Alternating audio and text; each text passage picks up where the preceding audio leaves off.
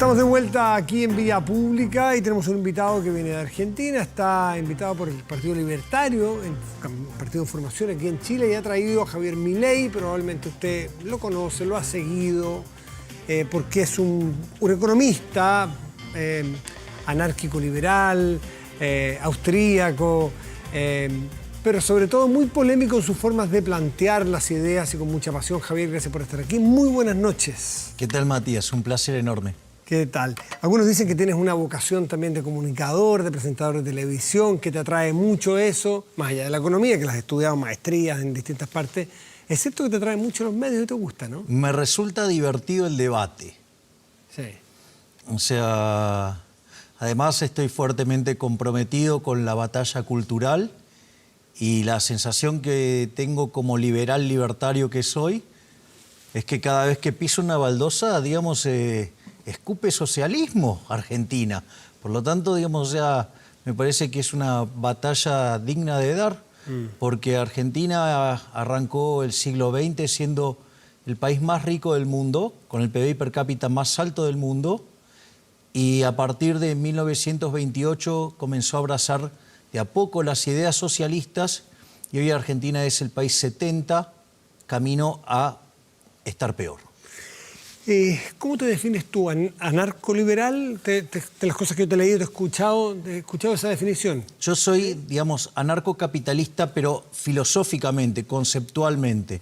Pero entiendo que el mundo, por el momento, tiene restricciones y por ende soy minarquista de corto plazo. Es decir, considero que el Estado para lo único que sirve es para seguridad y justicia. Sin embargo, como filosóficamente soy anarcocapitalista, considero que el progreso tecnológico puede derivar en distintas cuestiones que nos pueda permitir merecernos un mundo sin Estado. Incluso sin Estado para la justicia. Claro, exacto. Bueno, mira, esto, digamos, había justicia privada en la época del Imperio Romano que comercializaba con otros imperios, si no había digamos, una ley así establecida. Entonces, ¿qué hacían? Hacían acuerdos y había árbitros. Por lo tanto, había una justicia privada. Y si no hubiese Estado, conceptualmente estamos hablando, ¿no?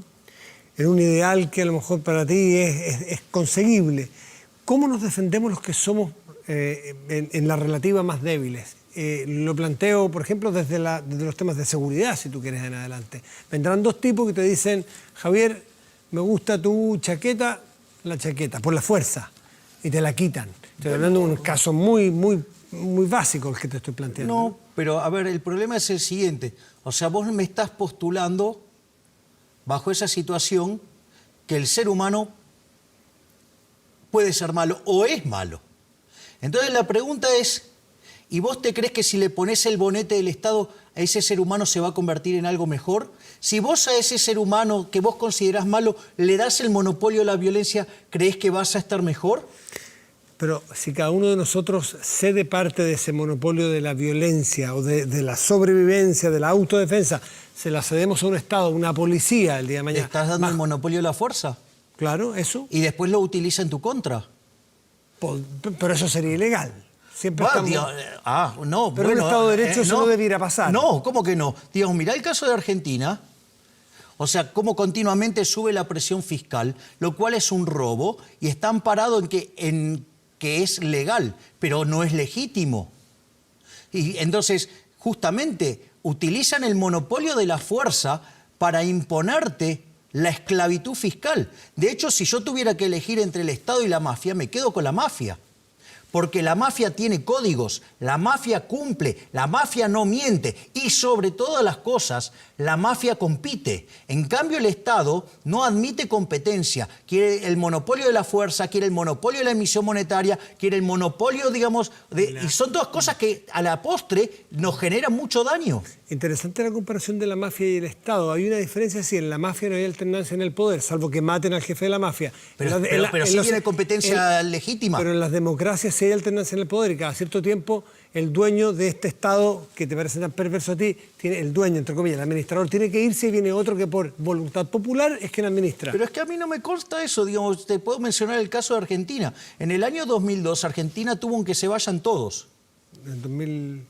Sí, cuando estalla la convertibilidad, digo, se declara el default abierto, toda esa transición durante lo que es diciembre del 2001 y la primer parte del 2002, digamos, hay un que se vayan todos.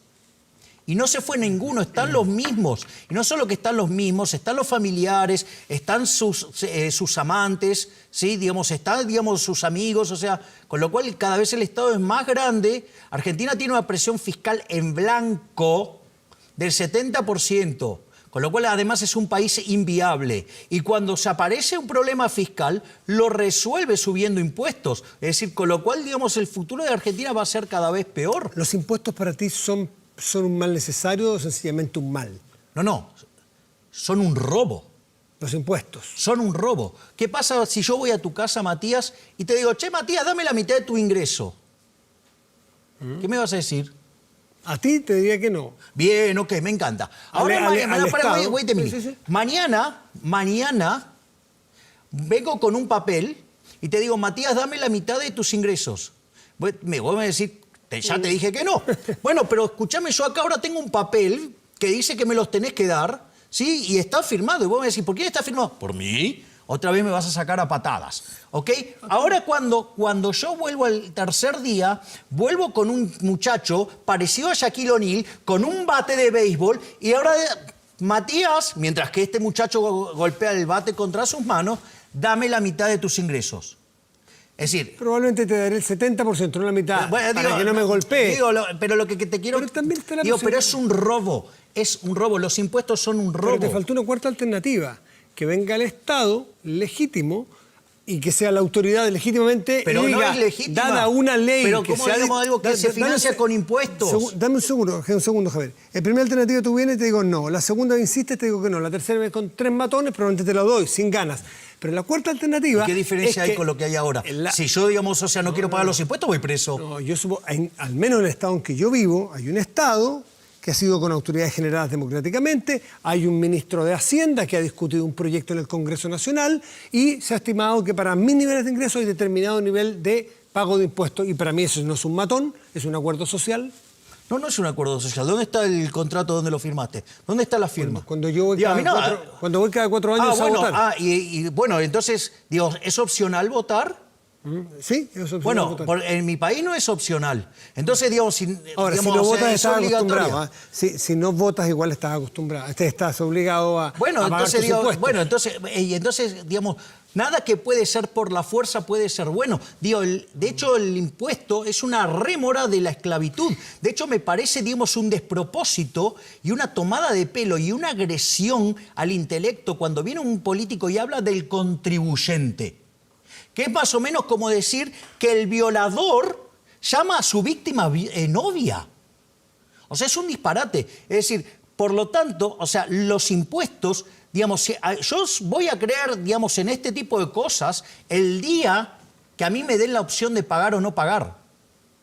Es decir, solo ese día... ¿En qué se diferencia este planteamiento tuyo con la ley de la selva? Disculpame, digo, en la ley de la selva, digamos, o sea, este tipo de cosas no existen. Es decir, ¿por qué ocurre en la selva? ¿Quién gana en la selva? Pero, digamos, o sea, ¿por qué vos vas a poner en el mismo lugar, digamos, no sé, un león, un tigre, que lo que hace el ser humano?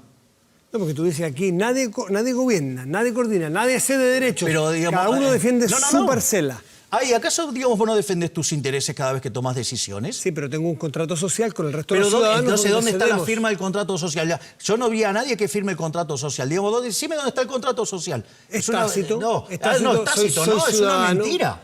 Es una mentira, digamos, o sea, vos se la validás a los políticos. Yo no se la valido.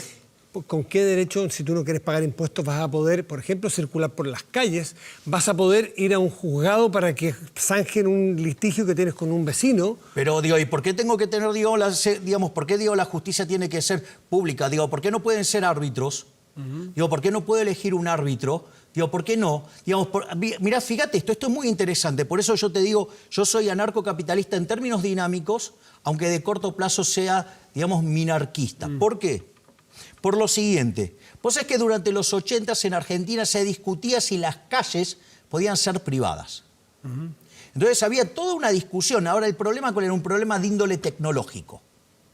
Hoy tranquilamente las calles podrían ser privadas. ¿Acaso cuando vos pasás por una autopista no tenés un lector? Sí, claro. Bueno, entonces, digamos, o sea, vos tranquilamente podrías instrumentar un sistema de lectura donde las calles pueden ser privadas, ¿sí? Donde cada uno se encarga de su calle, digamos, y eso le genera ingresos, ¿sí? Digamos, y podría ser directo, y el GPS hasta te podría decir, usted va a tomar este camino, le va a costar tanto, y si vos querés también le puedes decir, digamos, bueno, mire, este está en mejor estado, otro está en otro estado, lo que fuera. Es decir, mira qué fácil que puede ser, o sea, podrías tener calles privadas. Es decir, entonces esta discusión, digamos, que era teórica en la década del 80, hoy es absolutamente posible. Por eso yo digo, yo soy anarcocapitalista en términos dinámicos y filosóficos, aunque en términos estáticos reconozco que puedan existir restricciones, por lo tanto, digamos, entiendo algunas soluciones como soluciones de corto plazo. Tú vives en un país en el cual hace poco tiempo requirió de que exista una sociedad y alguien que los defienda. Tu país en el año 82 vivió una guerra muy dramática, donde... ¿Las guerras quién las hace? Los estados. Es decir, ¿qué guerra inició un individuo? Ninguna. Digamos, o sea, las guerras son frutos de la existencia del Estado. Sí, pero más allá, ¿quién inició la guerra en tu país? Que no me voy a meter porque además no me corresponde por el respeto de los argentinos. Pero digo, sí, no importa, puedes decir lo que quieras, pero digamos, es un problema de Estados. O sea, ¿dónde yo me peleé con un inglés? No. Literalmente. Pero tú tenías en ese momento una autoridad ilegítima, como eran los militares, Galtieri, por ejemplo, que por razones X, que no me tengo por qué meter, inventó una guerra. Bueno, lo que vos quieras. Entró ahora digo, mirá qué interesante esto, porque a veces se cometen las falacias de ad populum, ¿no? Digamos, mirá cómo se manifiesta la gente. Digo, esto te lo cuento porque, digamos, he escuchado acá que muchas veces, digamos, levantan algunas banderas en función de la cantidad de gente que se movilizó. Vos sabés que, digamos, Galtieri llenó varias veces la Plaza de Mayo. Digo, tuvo más con... ¿Cuánta gente cabe en la Plaza de Mayo? ¿1 millón de personas? Digo, no, es un número verdaderamente enorme y ha convocado más que en Perón. Pero te quiero decir que yo lo que te estoy diciendo, cuando necesitaron pero lo que te estoy diciendo, armadas, sí, pero qué es, a ver, digo, pero yo, digamos, o sea, ¿quién es el que inicia el problema? Un señor que se había tomado el poder de manera legítima. Ok, digamos, bueno, ¿y que acaso ningún gobierno democrático, digamos, no inició guerras? Claro, ¿O acaso, digamos, Hitler no fue elegido por la voluntad popular o Mussolini? Y bueno, y sin embargo, digamos, fueron una locura. Hay momentos donde las sociedades requieren ser representadas. Por ejemplo, un caso dramático... Bueno, digamos, pero digamos, puede ser que... pero de vuelta, la guerra es un problema de estados, no es un problema de individuos. Y si los individuos de repente, digamos, o sea, creen que tienen alguna falencia mental por el cual, digamos, no pueden hacerse cargo de su proyecto de vida, digamos, entonces, digamos, no tienen por qué estar complicándole la vida al resto. Es decir, si la gente, digamos, considera que no puede hacer tal cosa, no tiene por qué pasarme la cuenta a mí. ¿Cómo hacemos las políticas públicas de salud, por ejemplo, para la vacunación de la malaria? Voy a ponerte cualquier epidemia. Viene la malaria en nuestra sociedad y tenemos que vacunarnos. ¿No te parece razonable que haya un Ministerio de Salud, un ente general que organice, que mida, que haga la logística? Que, por ejemplo, que garantice de que la medicina que te van a poner a ti es la adecuada. Y eso lo va a determinar un burócrata. No, eso lo determina una institución que nos hemos dado como sociedad. Y eso lo va a determinar un burócrata. No sé si un burócrata o un funcionario calificado. ¿Por qué un burócrata? Pero ¿por qué ¿No es un prejuicio pensar que un funcionario tiene que ser un burócrata? No, sí. Digamos, porque el problema está en cómo se financia. Se financia con una fuente coactiva de ingresos. Voluntariamente, yo, digamos, no sé si lo quiero o no. Digamos, o sea, yo no lo quiero. O sea, justamente, si me venís a contar a mí, digo, donde yo vengo de un país que si vos querés tener salud, sí, hay salud pública. Sí, pero ¿sabes qué? Todo el mundo trata de ir al sector privado. Es más, la señora Cristina Fernández de Kirchner, que se vive hablando de los derechos, de esto y la igualdad, del otro, de la salud pública, ¿sabe dónde se atiende? Fuera de Argentina, probablemente. O en una clínica privada de las más caras. ¿Sí? Y lo mismo para todos, digamos, la corporación política. O sea, con lo cual, digamos, es una gran hipocresía. Es decir, ¿cómo lo hacen los sectores más vulnerables de tu país cuando digamos, los más pobres, los menos favorecidos económicamente, que han tenido menos oportunidad de tener acceso a la educación, a la salud, en fin, a todo, para poder acceder a un medicamento? La pregunta es, ¿vos estás dispuesto a robarle a una persona el fruto de su trabajo para vos asignarlo discrecionalmente? No, a robar jamás. ¿Y entonces cómo se lo vas a financiar si no se lo robas a otro?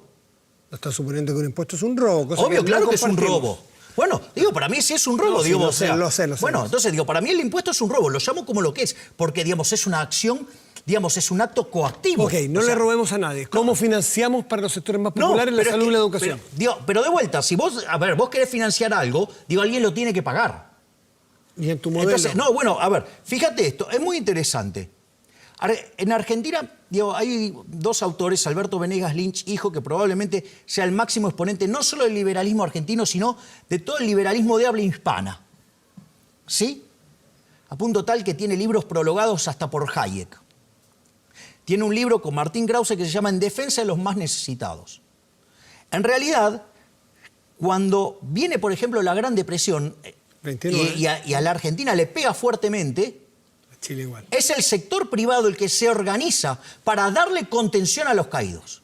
Es decir, el propio sector privado se organiza para darle contención a los caídos. No solo eso, te cuento más. Eso de que se organiza es interesante. Hay una organización de la ciudadanía, de una parte de ella, Voluntariamente. Para ir en busca pero de... la caridad por voluntad propia, no a punta de pistola.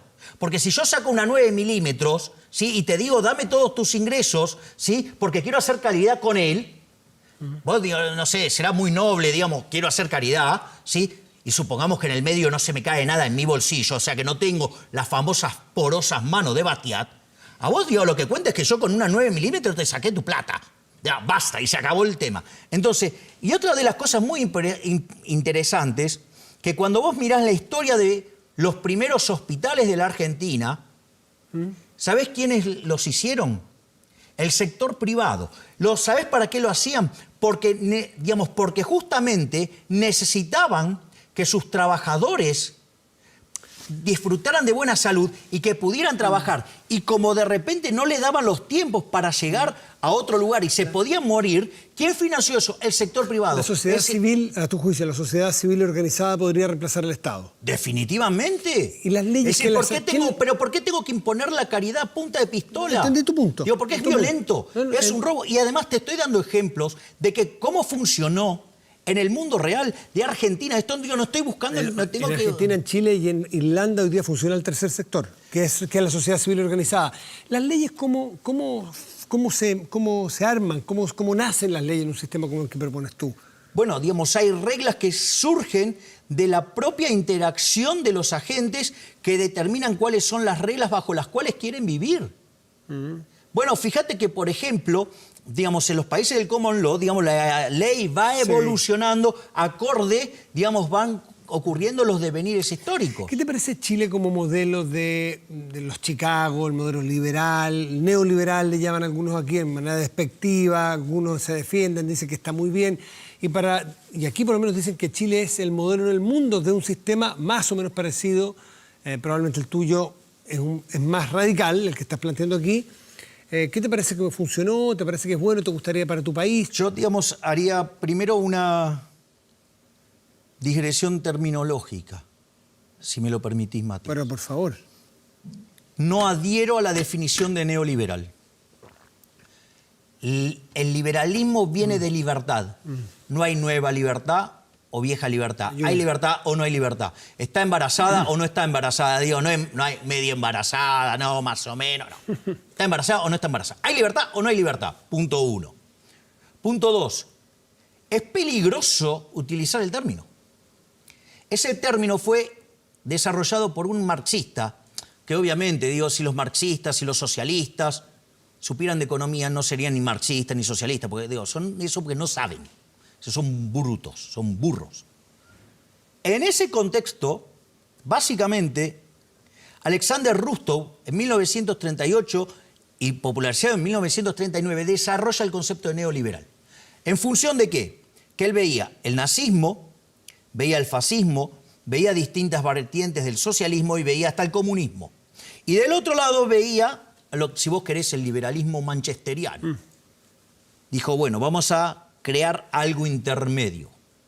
Y lo llamó neoliberalismo. Te cuento que hay un libro de Ludwig von Mises que se llama El mito de la tercera vía y demuestra que ese modelo no tiene sentido, que ese modelo no es liberal y lo peor de todo... ¿La tercera vía, el neoliberalismo como tercera vía o la tercera vía de Giddens, por ejemplo? No, él llamaba la tercera vía a esa definición de Rustow. No es la tercera vía de Giddens y Blair. No, es, digamos... Eso te parecen burros a ti también. Sí, obvio. Pero vamos a este punto. A lo que quiero ir es a otra cosa. En ese concepto, además hay otro problema que está en la lógica de un libro de Hayek llamado Camino de Servidumbre. Todas esas soluciones intermedias son inestables. Y como son inestables, se produce a ver, porque ¿cómo es la intervención? Aparece alguien desde la poltrona, ve algo sin saber de qué se trata, pero que no le gusta y entonces se interviene. Nosotros estamos haciendo intercambios voluntariamente, pero sucede que hay alguien allá que no le gusta, entonces viene y se mete en el medio por la fuerza y rompe todo. ¿Sabes cuál es el resultado? El resultado es que vos estás peor, yo estoy peor y todos los demás que estaban vinculados a nuestras transacciones van a estar todos peor. Consecuentemente, se produce lo que se llama el fallo del gobierno, que suele ser muchísimo peor que el supuesto fallo de mercado, y que ahí después vos tenés una pérdida de bienestar. Y eso, digamos, cuando a la sociedad se le metió la manía de la intervención, genera más demanda de intervención, y sabes que eso paulatinamente, ¿sí?, conduce al socialismo. ¿Querés un buen ejemplo de esa decadencia? Sí. Argentina. La gracia es que nosotros dos podemos conversar aquí civilizadamente porque tenemos ciertos niveles de simetría. Porque si yo tuviera el poder del interruptor de tu micrófono aquí, o tú tuvieras el poder del micrófono mío acá, probablemente, o de cortar a un tercero, probablemente no podríamos conversar, ¿no? Bueno, si tuviéramos los dos tendría otra vez simetría. Pero si yo tuviera como conductor decirte, Javier, esa respuesta no te la acepto, así que tienes que decirte, bueno, entonces no podríamos dialogar como lo hemos hecho. Bueno, digo, también pues yo puedo elegir no venir. No, está bien. Por eso, porque tú tienes libertad, tenemos simetría, conversamos. Está bien, pero en la sociedad no se da esa simetría generalmente. Hay unos que nacen con ventajas, desventajas, lo que en algunos deportes se llama el hándicap. Y alguien tiene que ayudar a establecer esos niveles de igualdad o no. Me parece una aberración. No, me imagino, por eso te lo pregunto. Me parece una aberración. Digamos, vos a ver, ¿qué está yendo? El tema de igualdad de oportunidades. Por ejemplo. Una aberración. Digo, algo que, por ejemplo, justifica el impuesto a la herencia. Por ejemplo, ¿no? Digo, para corregir esa desigualdad de origen. La pregunta es, te hago una pregunta. Vos, digamos, a vos te ganás tu dinero honestamente. ¿A vos te gusta que alguien te diga en qué te lo podés gastar o no? El mío no. Ok, bien, primer punto. Segundo punto, si vos le querés hacer un regalo a tu hijo, ¿cuál es el problema que se lo quieras hacer? Ninguno. Bueno, la herencia es un regalo post-mortem. Entonces, digamos, el Estado está regulando de que vos no le podés hacer el regalo que a vos se te dé la gana a tu hijo. Fíjate qué crueldad. Suponete que aparecen dos personas y que salen, digamos, de una situación idénticamente igual. Y los dos trabajan lo mismo, los dos ganan lo mismo, o sea, todo fantástico. Nada más que a uno le gusta consumirse todo. Y al otro le gusta ahorrar. Consume una parte, la otra parte la ahorra y con eso empieza a acumular capital. Entonces, esa persona se vuelve más productiva y empieza a producir más. La pregunta es, ¿por qué, digamos, o sea, obviamente los dos se mueren, entonces vos, digamos, o sea, claro, él le dejaría su capital a su hijo. Y, digamos, si el otro nada, entonces a vos se parece desigual. Entonces estás decidiendo robarle al primero para dárselo al segundo. Digamos, o sea, te quedaste puntualmente, te autoinvitaste a ir a un análisis que era el del impuesto de la herencia. Bueno, pero tú me dijiste que era una aberración. Pero es la una igualdad aberración de oportunidades. No. ¿Tú me dijiste eso? Yo lo que estoy diciendo es, el concepto que se usa es una aberración. ¿Por qué? Porque somos, gracias a Dios, somos todos distintos. Entonces, lo único que vos podés asegurar es la igualdad ante la ley. ¿Y sabés qué es lo peor de todo? Porque gran parte de toda esta crítica tiene que ver en qué se la gastan los herederos. Los herederos se la gastan, a mí me haces un regalo y me lo gasto en lo que se me da la gana. Literalmente. Sí, pero no. Pero ¿por qué, digamos, hacia mi papá no me va a poder regalar lo que quiera? Si tú Digamos, Pero ¿por qué, digamos, vos tenés que regular? ¿Por qué vos vas a cuestionar que mi papá me haga regalos? No te he cuestionado nunca. Ese es como que yo venga y te cuestione, ¿por qué vos le haces regalo a tu hijo? Ese es lo mismo, la herencia es un regalo post-mortem. Entonces, digamos, ese es el primer punto. Y después pasa otra cosa más. Vos podés heredar. Muy chileno es que te estás marcando solo. Yo no te he dicho nunca lo que te estoy diciendo no es, puedes... No, lo otro no. Lo de la pero es que no. la herencia es eso, es un regalo. Es un regalo, te guste o no. Entonces, y vos estás queriendo regular qué regalos podés hacer o no. Tú en la entrada dijiste que íbamos a hacer una conversación de temas conceptuales. Es un tema conceptual. No, porque eso es muy puntual. En la conceptualización de la igualdad de oportunidades tú dijiste que era una aberración. Me parece aberrante, claro. O sea, yo creo en la igualdad ante la ley. Yo creo en la igualdad ante la ley, porque como todos somos naturalmente distintos, la única forma que vos podés lograr esa igualdad es mediante la violencia. Ese es el primer punto. El segundo punto es, suponete que, digamos, ya te mostré un caso concreto donde, digamos, naturalmente las preferencias van a determinar una determinada diferencia. Otro cuestionamiento que se hace es lo que hacen los herederos con esa plata. La realidad es que, no sé, suponete que yo heredo una fábrica de autos. Hago 3 autos malos y quebré. Es decir, yo solamente puedo ser exitoso sirviendo al prójimo, conviene mejor calidad o mejor precio. Pero, digo, hay más. Te puedo dar un ejemplo. Digamos, a ver, suponete lo siguiente. Digamos, hablar inglés es un activo importante. Entonces vos lo querés regular porque eso podría ser una fuente de desigualdad. Entonces, ¿qué pasa? Si una familia decide hablar inglés en la casa, ¿qué los vas a castigar? Digo, ¿estás afectando la igualdad de oportunidades? O sea, tengo varias, me puedo pasar el día mostrándote ejemplos de que es una aberración. ¿Por qué, digamos, o sea, vos crees... A ver, ¿te gusta el tenis? Verlo. Bueno, ok, vamos a ver el tenis. Ahora, sucede que yo soy un pelele jugando al tenis, ¿sí? Pero tengo que jugar contra Federer. Obviamente, para que haya igualdad de oportunidades, por lo menos le tengo que encadenar una pierna y un brazo. No, ¿sabés cuál va a ser el resultado? El espectáculo va a ser lamentable. O sea, no solo que lo estoy maltratando a Federer, sino que vos, espectador, ese espectáculo no vale nada. ¿Sabes lo que pasa con un anarcocapitalista? Plantearle un ejemplo de igualdad de oportunidades desde el punto de vista... Pero si somos naturalmente distintos. Por ejemplo, pero ¿cómo vas a lograr, igualdad si no hay violencia? Déjame intentar algo. Yo sé que vas a encontrar absurdo desde el ejemplo, pero no hay más.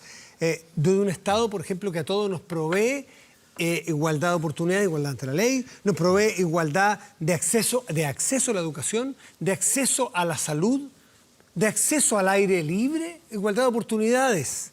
De ahí en adelante cada uno puede administrar su vida mejor o peor. Ahí en la libertad estamos de acuerdo. Bueno, pero vos... Pero si vos vas a hacer... A ver, lo que pasa es que si vos decís que le vas a dar determinado bien a una persona... Educación básica a todos. Alguien lo tiene que pagar.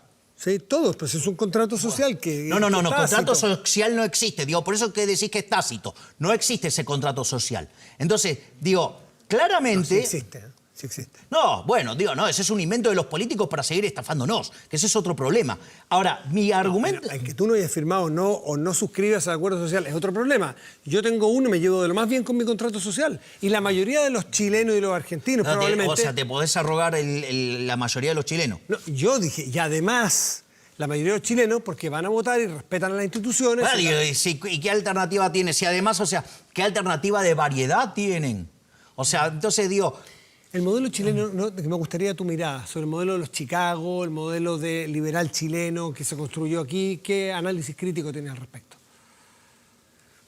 Análisis crítico favorable tengo. Lo crítico puede ser... A ver, cuando estaba Allende, ¿sí? En el año 73, Chile era el segundo país más pobre de Latinoamérica, después de Haití.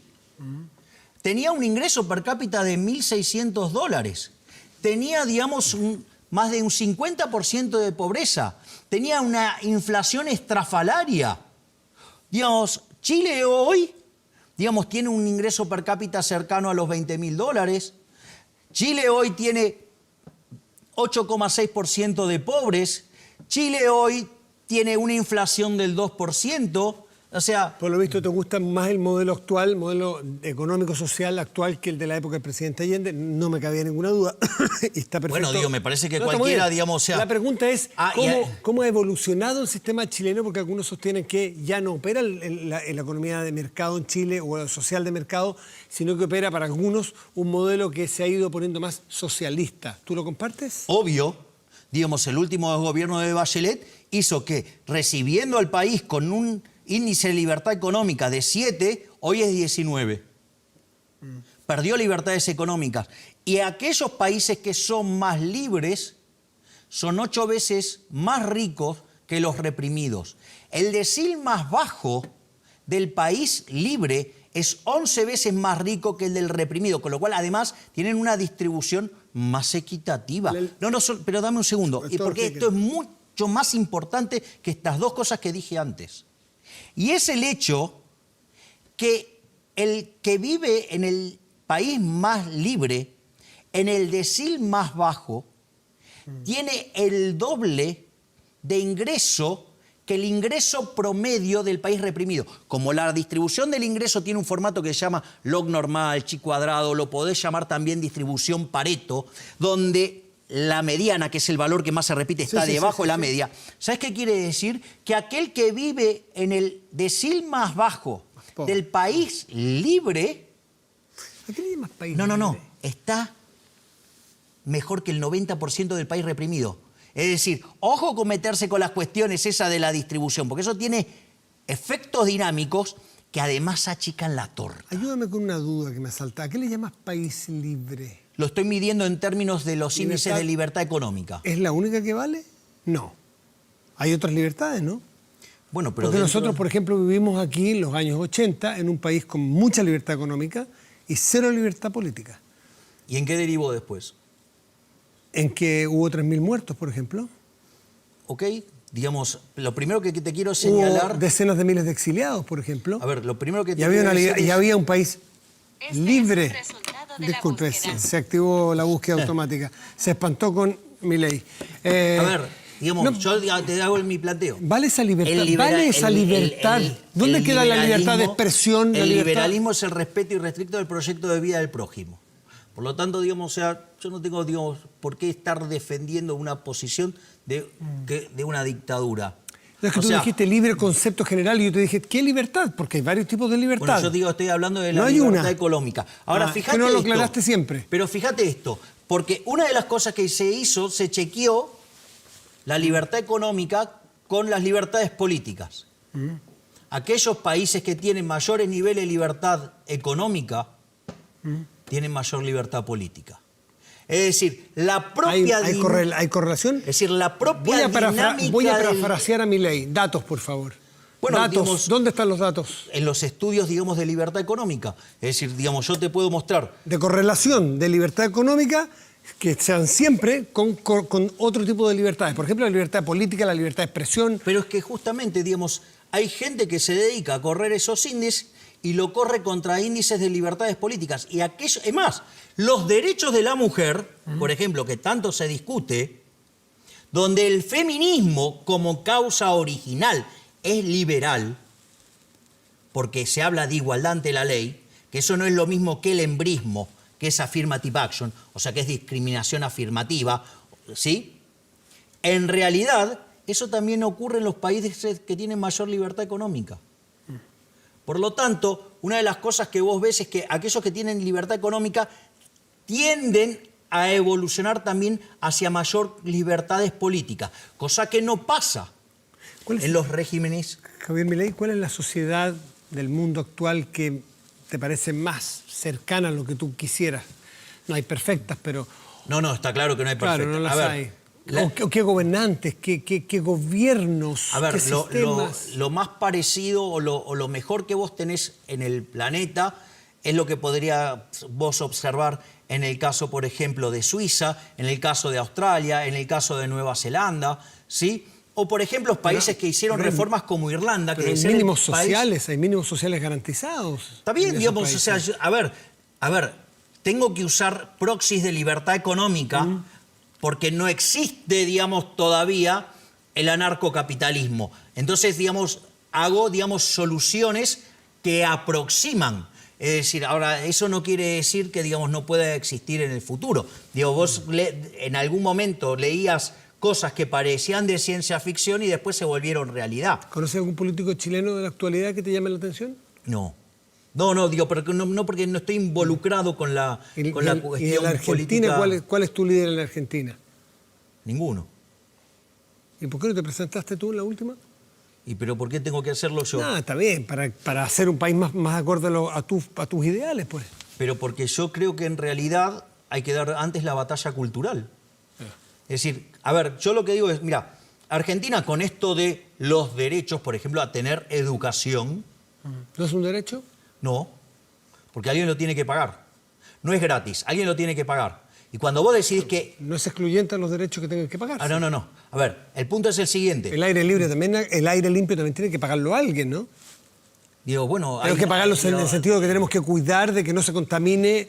Bueno, digamos, ojo, digo, con las cuestiones de la contaminación, digo, porque yo he visto, digamos, por ejemplo, el Bósforo, digo que digamos, el siglo XIX era una putrefacción y ahora está, digamos, limpio y divino. O sea, entonces, digamos, cuidemos con esas cosas. Pero quiero volver por ejemplo, el caso de la educación. La educación en Argentina se utiliza como un mecanismo de adoctrinamiento, donde tanto a los chicos de la primaria como la de secundaria y en la universidad se te forman las ideas de la izquierda.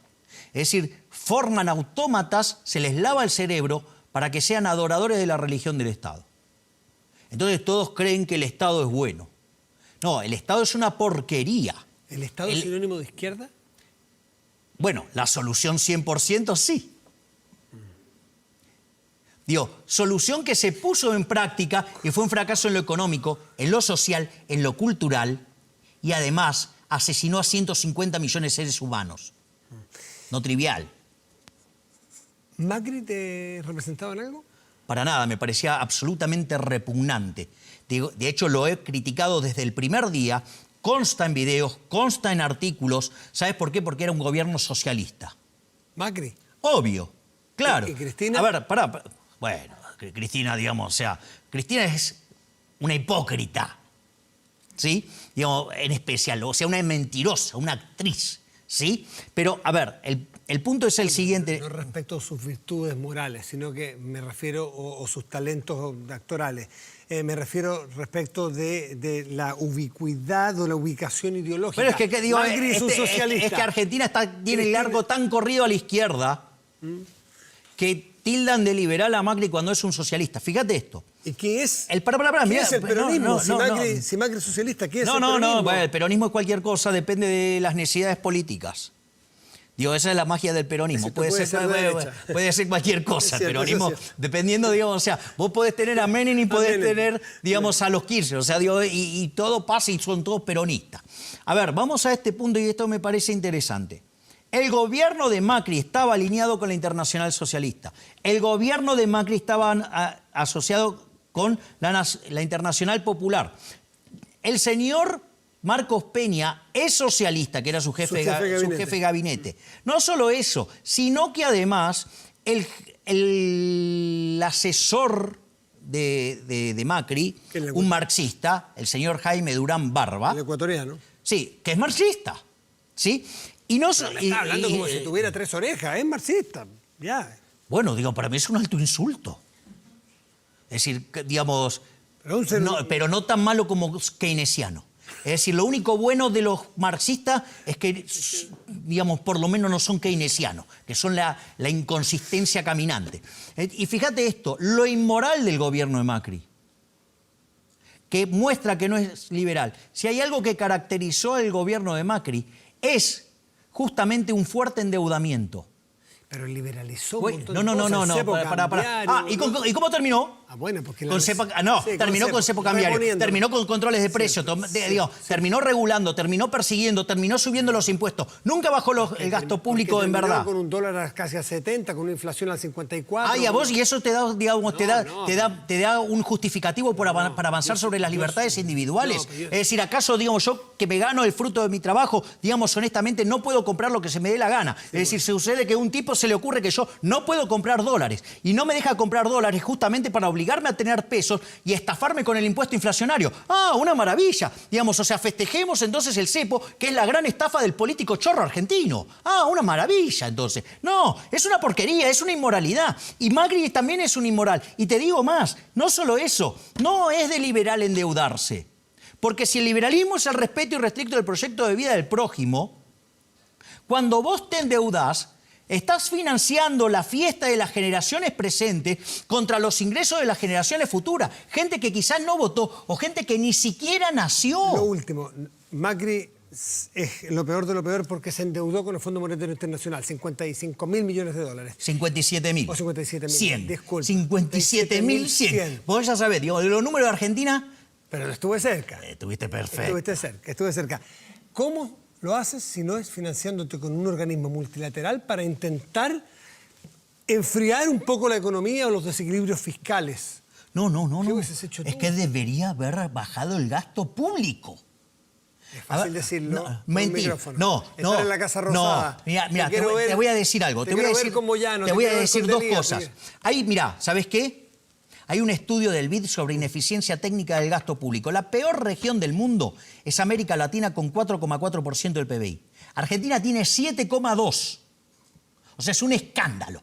Pero además el BID, como es un organismo multilateral, bancado por los gobiernos, no puede usar las definiciones que usaría Milei, ¿sí? Que es, por ejemplo, tiene un concepto que se llama filtraciones. ¿Te huele? Filtraciones. O sea, choreo. ¿Sabes cuánto tiene Argentina de choreo? 5 puntos del PBI. Tenemos los políticos más chorros del mundo. Javier Milei, un gusto de conocerte. El gusto fue mío, Que te Matías. vaya muy bien. Hacemos una pausa y ya volvemos en Vía Pública.